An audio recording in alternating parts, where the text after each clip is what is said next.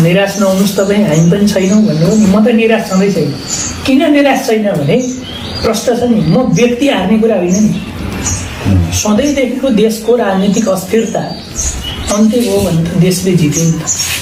अहिले त झन्डै 2/3 बहुमत छ नि। म त यो सरकार सफल होस् भन्नेमा छु।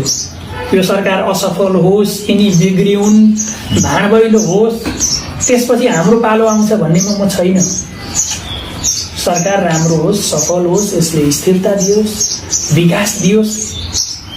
देशले जित्यो भने मैले हार्दा के फरक पर्छ भने किन दुखी हुनु परिरहेको छ? मैले देशले जित्नु भनेको हामीले जित्नु। त्यसैले हामीले अर्को कमजोर होस्, अर्कोले नराम्रो गरोस्, अर्को यत्तिकै खस्कियोस्, त्यसपछि हाम्रो पालो आउँछ भनेर सोच्ने होइन।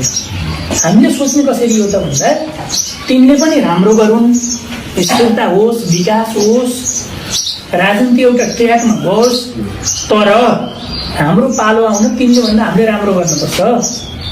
अझ राम्रो हामीले कसरी गर्ने भनेर हाम्रो छलफल गर्नु पर्यो।